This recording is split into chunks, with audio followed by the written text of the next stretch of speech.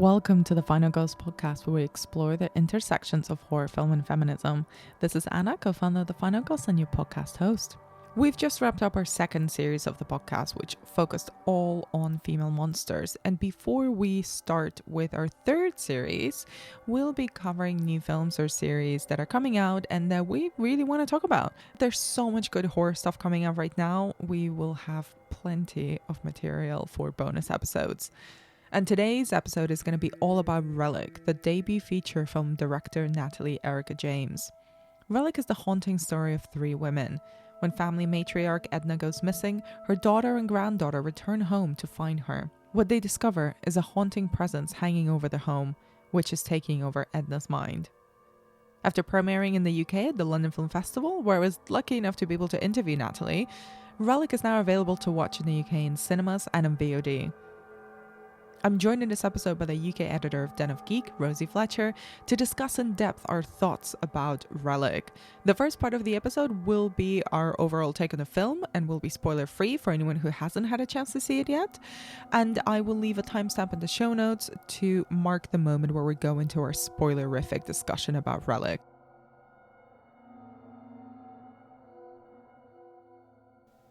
Rosie, thank you so much for taking the time to come to the podcast to chat to me about Relic. Well, thank you for having me. It's a pleasure. And we've been trying to get together to talk about something on the podcast for a while now. So Yes. I'm glad that it's about this film in particular. Yeah, I am too. I really love this and really connected with it. So I was super pleased that we could finally make this work. Yeah. So tell me your thoughts about Relic. Well, so Relic is, of course, the directorial debut of Australian-Japanese director Natalie Erica James. And it's a movie, it is a horror movie, but it's a movie about dementia. And I really loved it. But I was thinking about this before we started chatting, Anna. And so a lot of horror has deeper meaning hidden beneath the depths of its genre trappings. And I felt like Relic had genre trappings hidden beneath the depths of its clearly dramatic structure. Do you know what I mean? Go on. I do know what you mean, but I'm really interested to hear your thoughts behind this. Well, so Relic is a film about dementia, and it's very openly, clearly a film about dementia. It's not hiding that. It's not, So just very slightly to digress, there's a movie that I love, which, by the way, people should check out. It's a small independent, I think it's Sheffield movie called Harold's Going Stiff, and that's a zombie movie, but really it's a movie about dementia. Relic is a drama about dementia that turns into a crazy kind of body horror and this very strange, beautiful, kind of complicated saga. But really, clearly at heart, it is, well, no, not even at heart, it is openly a movie about dementia and about aging and about sort of mother-daughter relationships as well.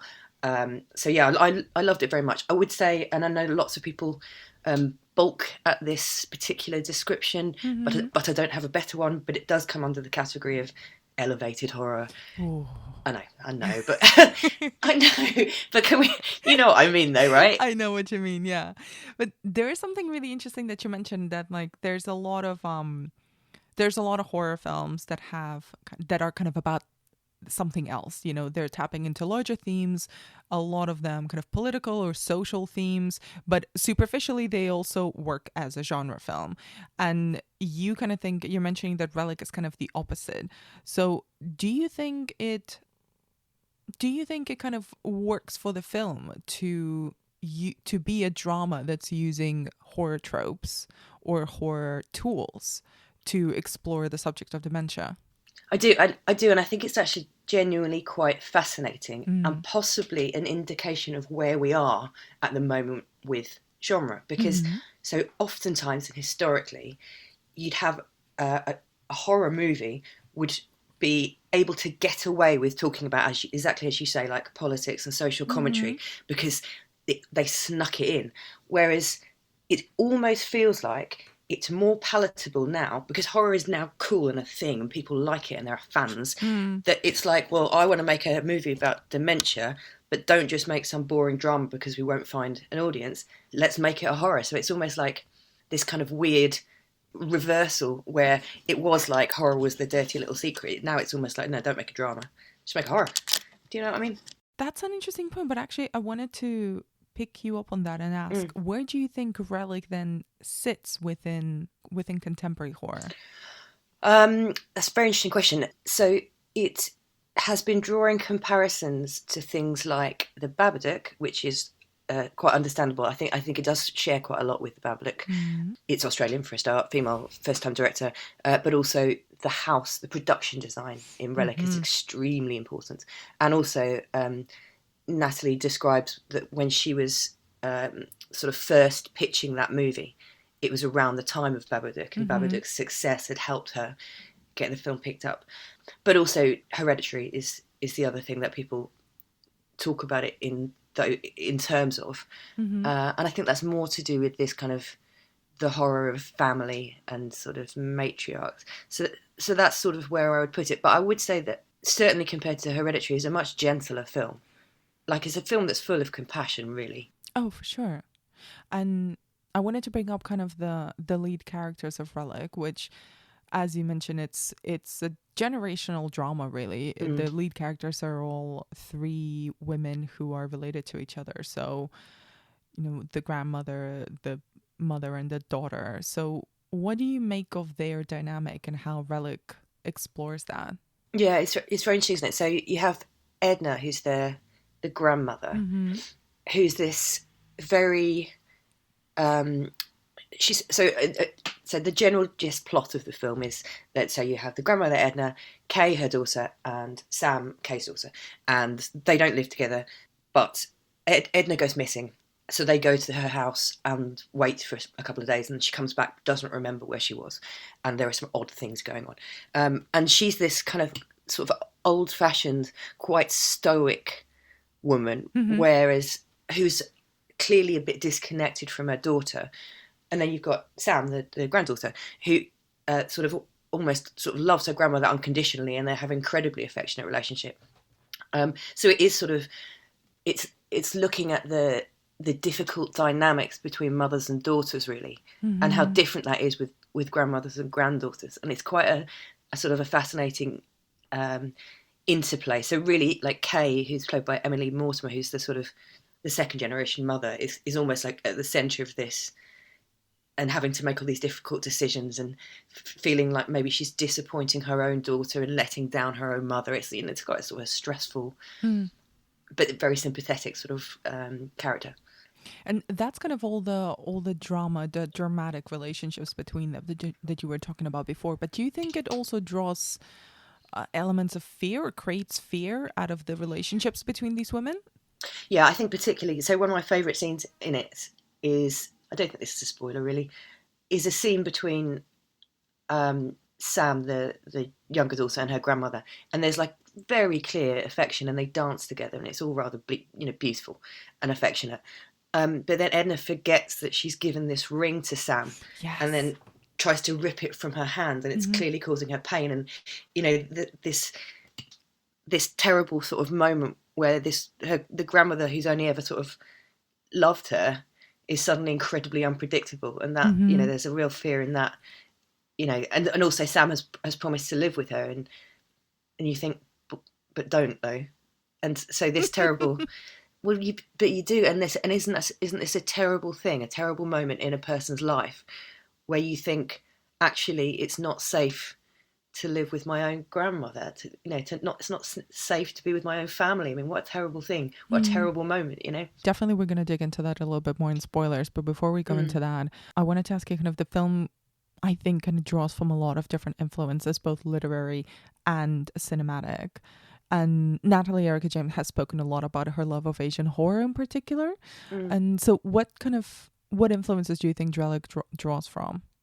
Yeah, I can sort of see the Asian horror thing. I mean, certainly in the domestic setting and the kind of production design, you can you feel things like Dark Water, Mm-hmm. with the kind of sense of the rotting house.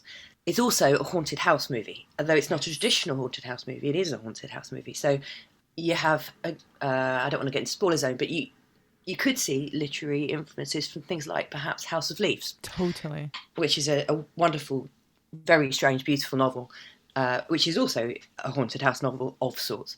So yeah, I guess you would say it draws on those traditions. Also, it had moments in it that reminded me of Under the Skin, I mean, it's not quite so willfully weird as that, but I could sort of see things of that. You know, there are obvious sort of body horror references in there. Yeah, so all sorts of things, really. And do you think it works as a haunted house movie as well? Oh, yeah, very much so. I mean, it's in the second half, it very much becomes that, doesn't it? So I think the first half of the film, it's Edna herself that's haunted. Although you do get a sense of there is something very off-putting about that house. And I know that Natalie Erica Jones has talked about her own grandmother's house and how she was afraid of it when she was a child. And I think a lot of us can identify with that if we had grandparents who were alive when we were a little bit older, of this very old-fashioned, you know, both connected to the past with these memories and, you know, wonderful things like that, but also something slightly decaying. You know, like that house in Relic, you can smell that house. Yes. Like, my God. Yes. Yeah. That's such a good way of putting it. It's so tactile, isn't it? Like the sounds. I definitely want to talk to you about the soundscape of the film, which I found one of the most effective elements of it. The way that you can smell and feel the house, and a lot of it is created not just through the images, which are, you know, will look fairly familiar to genre fans, to horror fans who are particularly drawn to haunted house movies. It's all of that is kind of there, but there is something special that kind of bubbles underneath the imagery, which I think is made up of these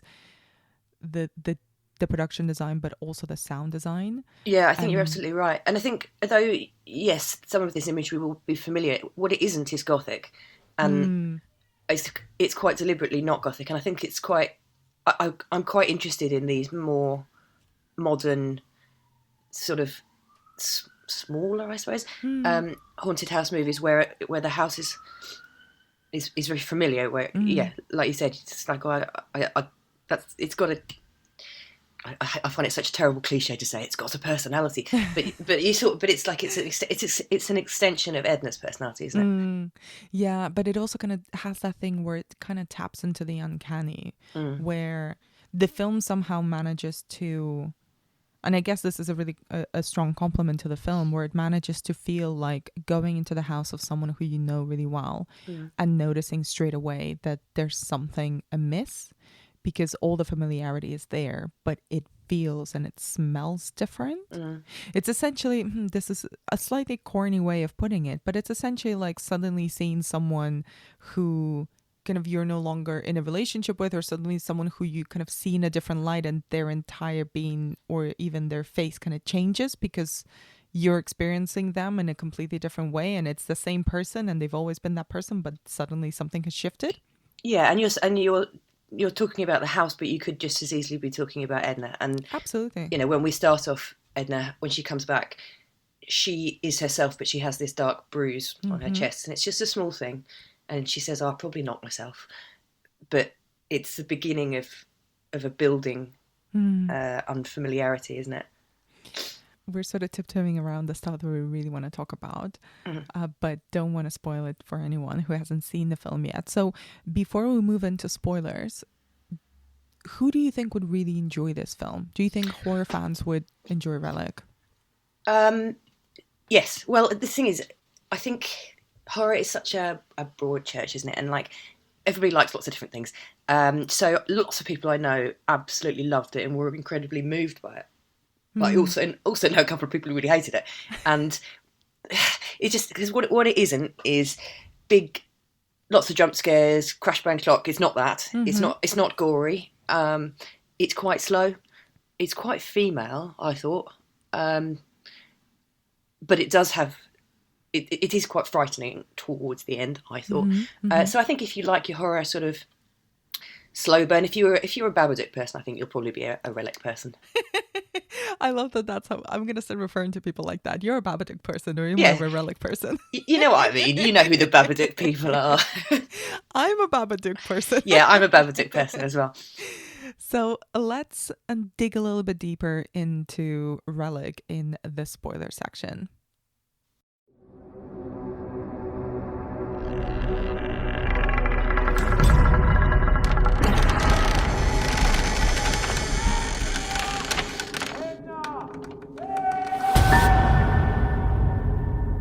house is the only thing left. All our memories. Mum, what is it? It's here.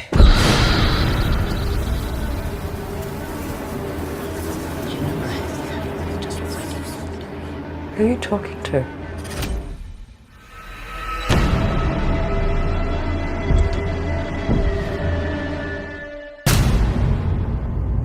Since your grandfather passed, this house seems unfamiliar.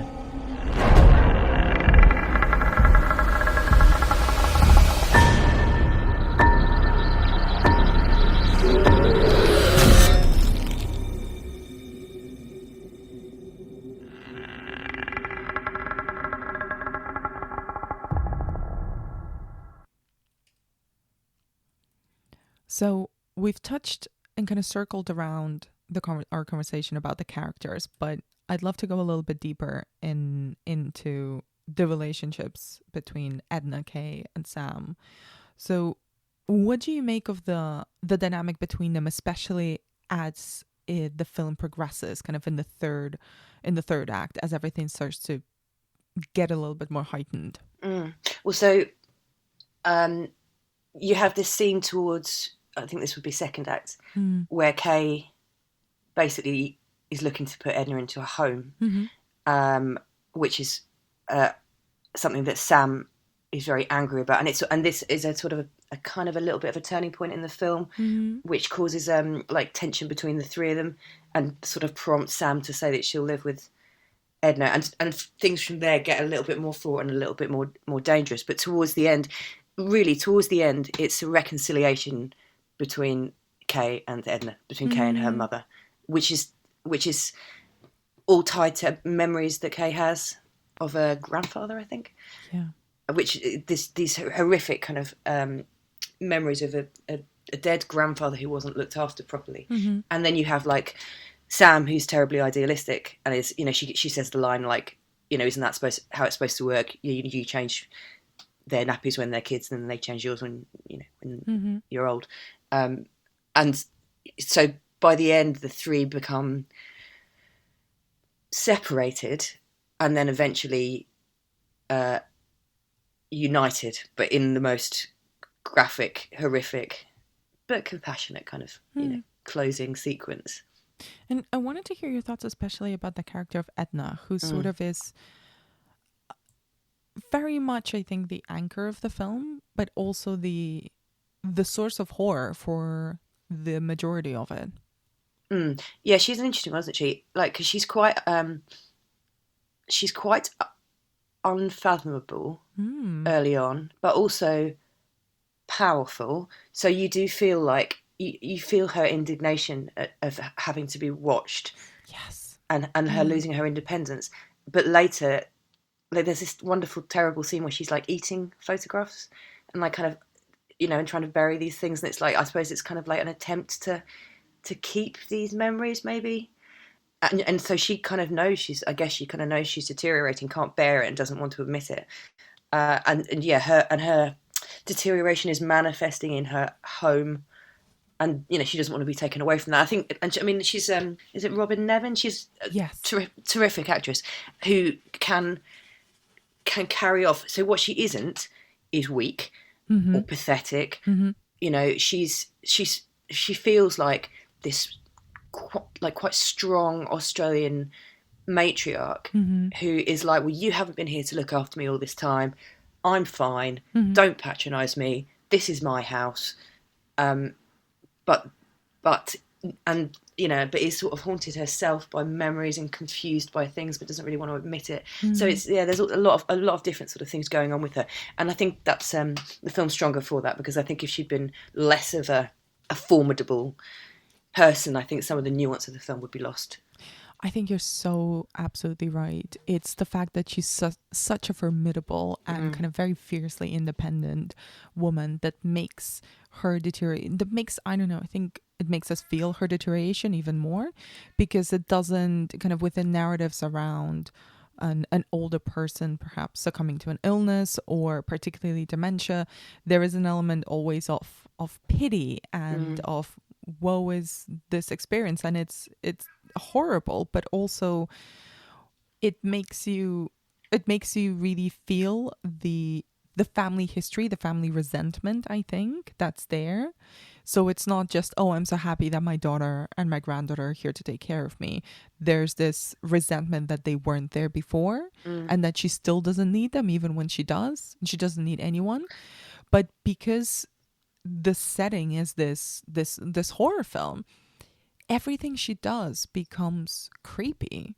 She's framed in some parts of the film, at least kind of at the very at the beginning and then in the middle, she's framed as kind of this source of anxiety as well. Everything she does kind of gains this extra layer of eeriness, you know, from the candle making to kind of the way that she moves around the house, the way that she goes to take her bath, the way that she just sits.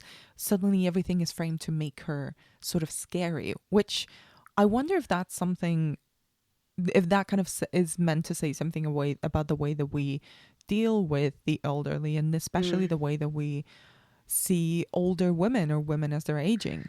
Yeah, I think you're absolutely right. And I think the sort of the true horror of this movie, which is something that is quite difficult to look at, really, is so all three of them, Sam, Kate and Edna, all have this kind of fairly, well, I don't really like the word strong, but I'm going to say arsiness about them. They're all a bit arsy, and they're all quite sort of have a tendency to sort of a bit of stoicism and things like that.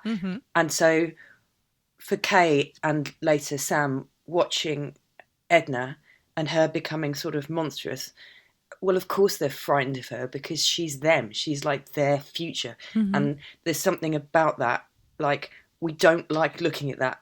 It's horrible and it's terrifying and it's inevitable. We don't like looking at someone like Edna, knowing how formidable she was because of the way that's portrayed, and knowing that, you know, that doesn't matter how like capable we are today, that's us. That's happening. And even if it's not dementia, it is like the terror of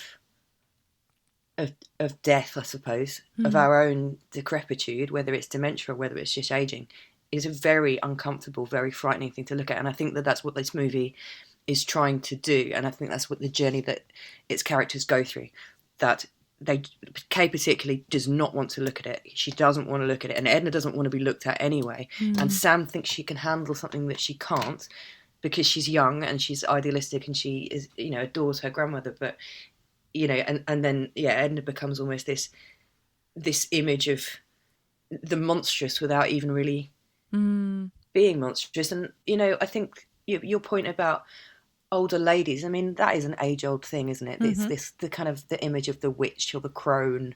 You know, we are afraid of, well, I mean, quite frankly, horror movies are afraid of older ladies, or they're afraid of young women, and they're afraid of village. But there are tropes around that. Yeah, and you know, and there was like a whole subgenre, hacksploitation, which basically just used all women as terrifying beings and very prone to going insane and murdering people.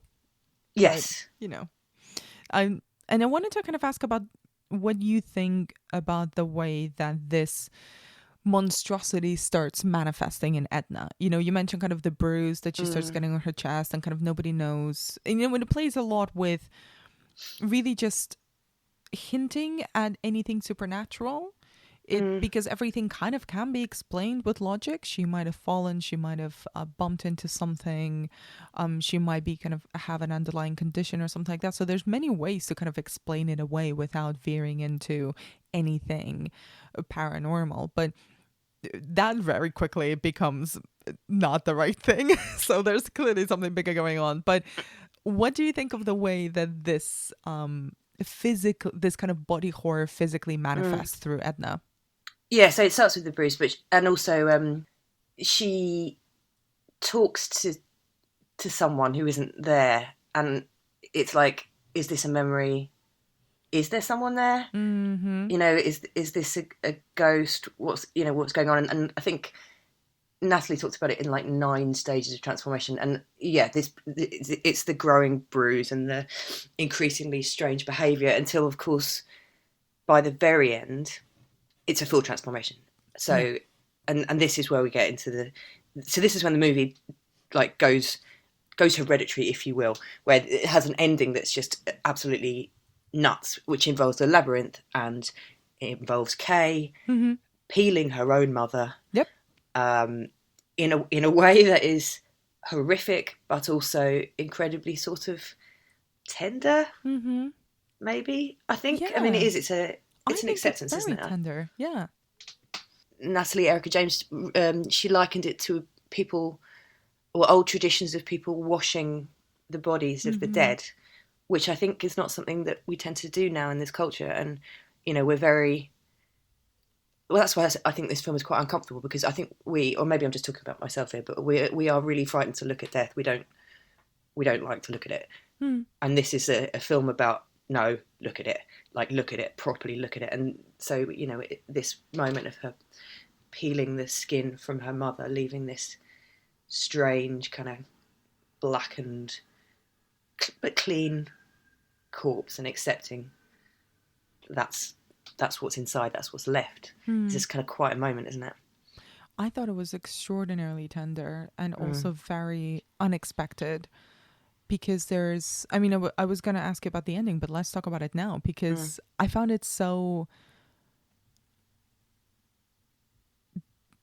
surprising, I think is the word, because I was fully expecting it when I watched it to end after Kay managed to get Sam out of the walls and they were running out of the door, and she sort of looked at this this little stained glass window and looked at her mother, what was left of her, and closed the door. That's the horror movie ending. When she comes back and peels the skin of her mother and lays down with this creature, what's left of her, this husk, that's the thing that made it into something much more special and much more, I kind of hate using the word special, but it felt like it had a point to make that was beyond, let's get the fuck out of the house.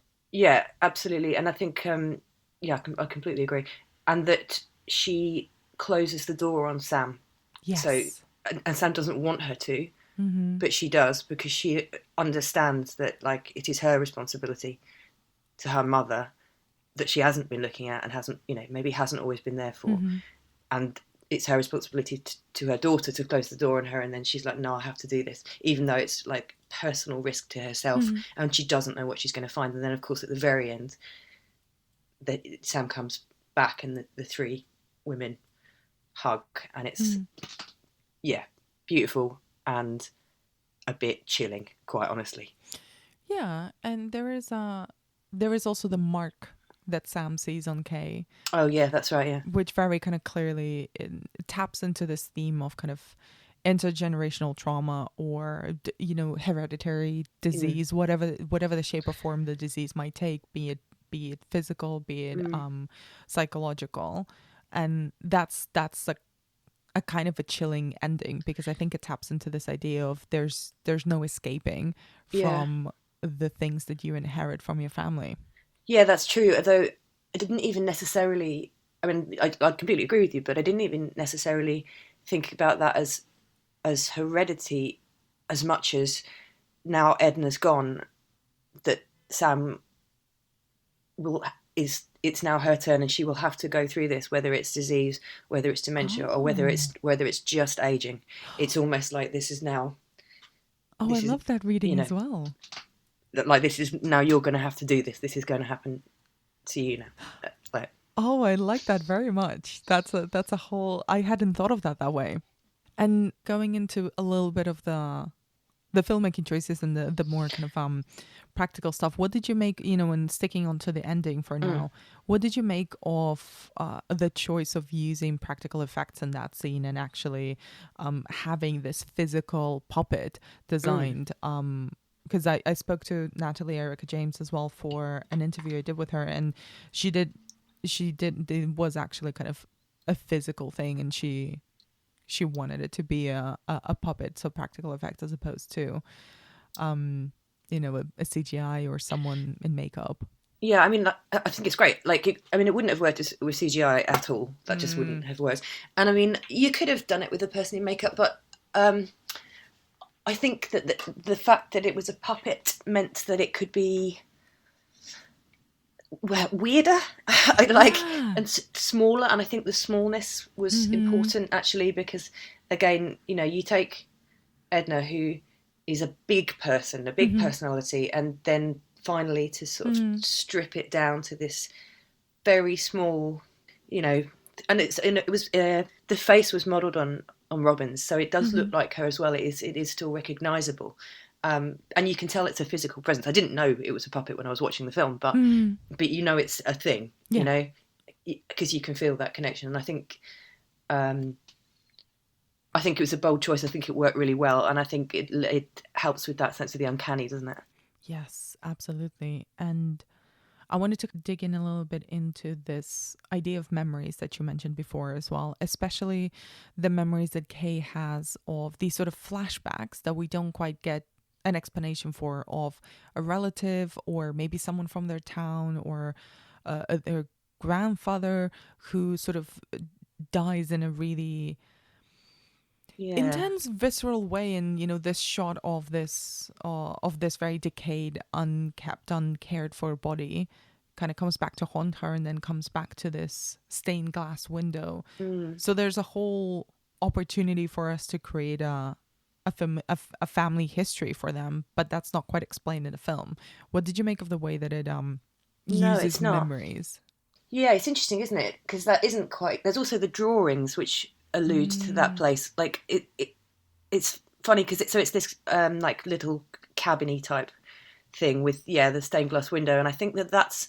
I mean, I think there's a lot to be picked apart there, but I think that maybe is something to do with family history, I suppose, and bringing parts of that, because the stained glass window is from there, and bringing parts of that into the house. And is that the cause of the problem? Is that has something dark been brought into Edna's house when they brought that across? And it's this it's like it's a childhood memory, isn't it, of her and her kind of maybe an early experience of death. But then it's there's odd bits of dialogue where she's talking about, oh no, he wasn't cared for properly, which I think is obviously quite important, because we see that, but Edna, and I think that's something, that all ties into the ending, doesn't it, when she sees the stained glass window, shuts out Sam and goes back in an acknowledgement of that not being her mother not being a decayed corpse left in a terrible, decrepit house, but instead being afforded the respect that man wasn't. But I mean, it's very atmospheric, isn't it? And the sort of elliptical nature of it, well, like you said, it talks about memory. It talks about it also talks about that family's relationship, doesn't it? About things that aren't said, and about the difficulty that the three of them have to communicating with each other. Yes. And I wanted to move on to the house itself. So we kind of skirted around it. The house is always presented as slightly creepy, slightly unkempt. Something weird is very palpably going on there. But the house really comes into its own, or comes alive in the last half of the film, especially kind of when Sam pretty much goes into the bowels of the house. So what did you think of the way that it's designed, and that kind of labyrinthian struggle that Sam goes through manifests itself in the film? Yeah, I mean, it's amazing, isn't it? I mean, that's kind of what I was alluding to when I was talking about House of Leaves earlier, because it has a similar, and actually, like, unreliable architecture is actually a bit of a trope, and actually, it's a trope I quite like. I quite enjoy a lost in your own house moment, and I think it also slightly echoes, or at least sort of talks to, this idea of people with dementia quite often being lost in their own houses, like that you can, that it's possible you've lived somewhere and you're losing your memory so badly that your own house doesn't feel like it even belongs to you anymore. But of course, in this instance, it's Sam that's stuck in this incredibly, sort of increasingly small, like compact series of tunnels, and she's lost and is almost being crushed. It reminded me very slightly of the ending of Borderlands, which I won't, with the Borderland rather, which I won't go into in case someone hasn't seen it, but you know, and I think that your use of the word "the bowels of the house" is absolutely right. It does feel like you're inside. She's almost being eaten by it, and her, and of course Kay needing to come and get her out of the walls, and both of them, you know, fighting with the house essentially. And it was, again, it was such an interesting choice, quite unexpected, because the film begins very naturalistically, you know, and it is really, really the horror of dementia, and then later it's no, it's the house is eating you. That's happening, you know. And I love that about the film, that it's like no, this is a horror movie. We're going to go to these places, Yes, and we're going to have the house, which begins as like, you know, it's like the chair isn't quite where it should be, and we can see like the black mold, and you know they're trying to clear things out, but it's a right old mess, and you know, like we were talking about, that you can smell it, but then later on it becomes a demonic presence of its own. And you were talking earlier about the sound design, and I think that becomes very important with the same thing. Like for me, when I was watching it, like sometimes, because it uses it's sort of like it's not orchestral, it's like diegetic sound, and I felt like I was underwater at points. Do you know what I mean? Yeah, I found it really interesting, and I have read and heard that Natalie Erica James used a combination of both kind of sound design and original composed music, and sort of weave them together. And I think you can really feel it in the film, because everything kind of has an uncanny atmospheric air to it that I think is created by the soundtrack. But also the soundtrack itself, the music itself, is also peppered through with sounds that are diegetic and are actually intensified in their creepiness, and kind of intensify the images, because even in those, the film kind of have, especially at the beginning, has a lot of shots where it's just, we're seeing the house. We're not really seeing anyone in there. It's empty rooms, you know, they're full of stuff. So we're kind of getting a feel for the place. But there's always something breathing in it, if that makes sense.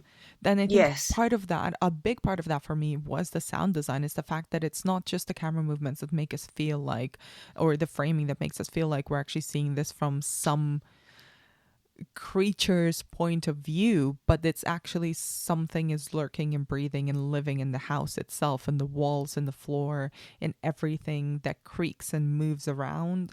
And you know, it's never kind of explained in a cheesy horror way of, you know, oh yes, there's this demon here, or this poltergeist or whatever.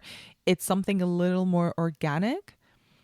And I think to create that kind of organic uncanniness, sound comes in much, much stronger. And I think it's much, much more important, because sound has this way, even when you're listening to audio, to music, or to a very, you know, sound designed podcast, even, it can create feelings in your bones in a way that images can't, if that makes sense. Yeah, I think those are all excellent points. So I'm not, like, for whatever reason, I find it very difficult to identify music. I don't really engage with music terribly much, and I can't remember music. I'm very odd, but like I'm very much a words person. But this, I think when you talk about breathing, I think that's absolutely right, because it did feel like it had a pulse and a heart, and yeah, a sense of being underwater, which was slightly to do with either echoes or sounds being a bit further away than. I mean, I'm not very good at talking about these things either. That's how disengaged with music I am. But like, you know, like when you're underwater and you can hear something, but you can't tell how far away it is. Yes. And there were things like moments like that in this film where it's like, what am I? I don't know what I'm hearing, but I feel like it's all around me, but I can't tell directionally where it's coming from. All these sorts of things. But yes, very atmospheric, and I think I love this idea of it being the house almost as a creature, which, you know, does sort of play itself out at the end of the film. To start rounding up our conversation about it, there's something kind of that you touched on, that you think it's not a gothic film. And I think it's a really interesting point, because there is like our idea of a gothic atmosphere or a gothic horror I think it's also quite related to a very particular style or a very particular time period. And I was wondering kind of if you could expand on what you meant by that. Yeah, I mean, I guess it does have elements of Gothic to it, but I just didn't. But yeah, I think you're right. It posed when I think about Gothic horror or Gothic houses, I think about like shadows and hard angles, and Haunting of Hill House obviously being the reference point that a lot of us go to. But this felt domestic. It felt like the horror of exactly what you were saying earlier, of the familiar becoming unfamiliar. So this idea of this house that you have known forever, for your whole life, that you know it, you absolutely know it, that suddenly it's now full of things that you don't entirely understand, and that are things that, like, absolutely, as you said, that are familiar but at the same time strange. And so making ordinary things weird, I think, there's a movie called The Pact, and that's it's not the same as this, quite different film, but that uses like a very boring suburban house to become really terrifying as well. Like, I'm sort of quite interested in that idea of like taking mundane settings, because the house is not, I mean, it becomes a creature, but it's a house. It's just an old lady's house, you know. And I mean, it's also like, you can tell that it's of a certain time period. So like the furniture is a bit of its time, and everything's a bit cluttered, and there's a sort of a feel to it, and a dampness to it almost. Oh, dampness! I love that. You're so right. Before we finish off, we've spoken about a lot of the elements in the film, but what was the horror element of it, the horrificness of it that struck you the most? Well, I think I watched it a couple of times, and I think on the first watch, it's the terror of her being stuck in this house and trying to bat her way out, and then the demonic mother and all this kind of stuff. But I think, like, on the second watch and thinking about it more, it's actually like, it's the slow horror, isn't it? It's the ending, it's the guilt, because this is a film that has guilt. It is guilt going on here, and you can feel it. And this is like an incredibly personal story. And because it's a personal story, it's a very authentic story. And so there's something about, and also like being female and having a mother, you don't want to think about things like that. You don't, it's very hard to confront. And like, it is a very, I do think it's a very female film. I think if it had been, a mother and a son, I think it would have been a different movie. And so for me, like, the sort of horrificness is kind of the emotional element, the knowledge, the guilt feelings towards your own parent, the acknowledgement that you're not getting any younger, against a horror setting. But I don't know. I think that's what did it for me. How about you? I think you've kind of put it perfectly. Those are the things that really are terrifying for everyone. I think Relic taps into a particularly female take on those fears, on the fears of growing old, on the fears of resenting your mother figure or a mother figure, your family, or even and the burden of responsibility that comes to care for other people as well. There's, I think, a lot of guilt that Carrie is carrying around her own sense of trying to protect her daughter and trying to protect herself. And there's a lot of unspoken difficulties that are very clear between her and her mother, and her kind of the guilt of even having to make the choice between engaging with it or separating herself. And a lot of it is kind of between the lines, but I think a lot of the choices that character makes are driven by that kind of resentment that has been built up over years, and the guilt that is kind of blown out of proportion almost, because we are in a horror film and everything is heightened. And I think that almost maximizes that ending, the tenderness of that moment. Yeah, I think there's, like, again, I think there's, because there's such authenticity to it, it's tangible, isn't it? You can really, it's Kay having to make decisions that she doesn't want to make, having to look at things she doesn't want to look at, and like you really feel slightly manifest in some of those image memories that we were talking about earlier, of, you know, her really not, like, the responsibility of that, her really not wanting to have to deal with this at all, but having to deal with it, and the knowledge that realistically we all have to deal with things like this. And there's a thing that I've been, as we were recording this, and you mentioned that this film felt very female. I've been thinking about kind of what that might mean, because I'm always a little bit wary of labeling things as, oh, this is very female or this is very feminist, because all of those things sometimes are not kind of implicit in the filmmaker's intention, or it's very easy for things to kind of get labeled as one thing, and then suddenly there's a set of expectations upon them that it feels unfair to place on a piece of work. But as you were talking, I was suddenly thinking that there is something that does feel extremely female in the way that it's filmed, or in the way that it's approached, really. And I'm thinking particularly of those scenes and I wanted to get your take on it and see if that's kind of what you were thinking as well. Those scenes where Kay is physically caring for Edna, especially as she grows more and more infected. So when the bruising spreads, when it becomes horrific, when she becomes kind of more monstrous and bits of her skin are falling off and you can see the black underneath, and, you know, her eyes are dark and everything is, you know, this is not kind of a side effect of dementia. This is a horror situation.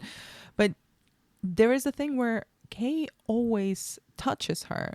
She puts her in a bath. She touches her bruise. Then there's obviously the final scene where she peels off her skin in a very gentle way, and she touches and hugs and lays down this creature that's left behind. And I think this approach to a body in decline, and a female body in decline, and a mind in decline would be very different if it didn't come from that sensibility, I think. Is that kind of what, maybe one of the things that you were thinking? It wasn't so much. So I don't see it as a feminist film. Not that it should be, not that it's not. But I just don't see it as a feminist. But I do see it as feminine. And yes, I think you're absolutely right that I just think the dynamic would be different if it was men. I think the touching that you say is really, really key, because of course, you know, like, by its very nature, like women, mothers and daughters, like, there's always that physical connection, isn't there? Because, like, you've literally come from her body, so it's you know, there's a very physical thing between mothers, not just mothers and daughters, mothers and children. But that kind of acknowledgement of that, and of course, because Kay is a mother herself and so can identify with that, I think. And there's a sort of absence of fear for that body. Whereas I think if Kay was a male character, there'd be a certain reticence to, or be automatically afraid of a female body that doesn't look like the type of female body, or what kind of is expected from women's bodies. Well, possibly, absolutely. But also the acknowledgement of Kay and then Sam, that's what she's going to be like. This is what your future is. You know, that final scene with the three women, it wouldn't be the same if it was a bloke and two women, because it needs to be like, this is us. This is where, you know, with that little mark on Kay's chest at the end, like, this is what my body will be like. And, you know, and later, Sam, this will be what your body is like. And, you know, that sense of care, that sense of generationality. I don't think it talks about that as well, you know. And the casting, they're all three of them very beautiful women of different ages and different kinds of beauty. And I think it talks about that as well, not in a particularly explicit way, but I think you can't help but look at it like that and understand it like that, and you know, because you have shades of Kay as a child as well. You know, it just seems like this very clear picture of kind of what a life looks like as a woman. I don't know if that's a bit highfalutin or whatever, but I definitely think that it is a film about aging, isn't it? Yeah. So to have these three women at different stages, and Sam particularly being young and strong and idealistic, and Edna being sort of stoic and sort of angry, and angry that her body's letting her down, and Kay in the middle of this situation trying to be practical and pragmatic, but having to be gentle, and having to do these things, because I think it would be easy to judge Kay, but you don't you feel for her, really. Rosie, thank you so much for your time and your insight on this film. Before we wrap up, is there anything that you wanted to touch on that we haven't discussed about Relic? No, I don't think so. I thought it was great. I mean, I thought, I love that. Like, so my two favourite films of the year, horror-wise, are this and Saint Maud, and I love that they're both debut female directors. I think that's like a bit of a shame. It's 2020. Like, would have been nice if it could have been a year where people could have gone to cinema to watch those films. But so be it. Both wonderful movies. So yeah, I'm very happy to see that's happening. Me too. Where can people find more of your work online, Rosie? So I'm the UK editor of Den of Geek. So if you go to Den of Geek, there's lots of me there. And yes, you'll find me on the odd podcast and around the place. But denofgeek.com. Amazing. Thank you so much. Thank you, Anna.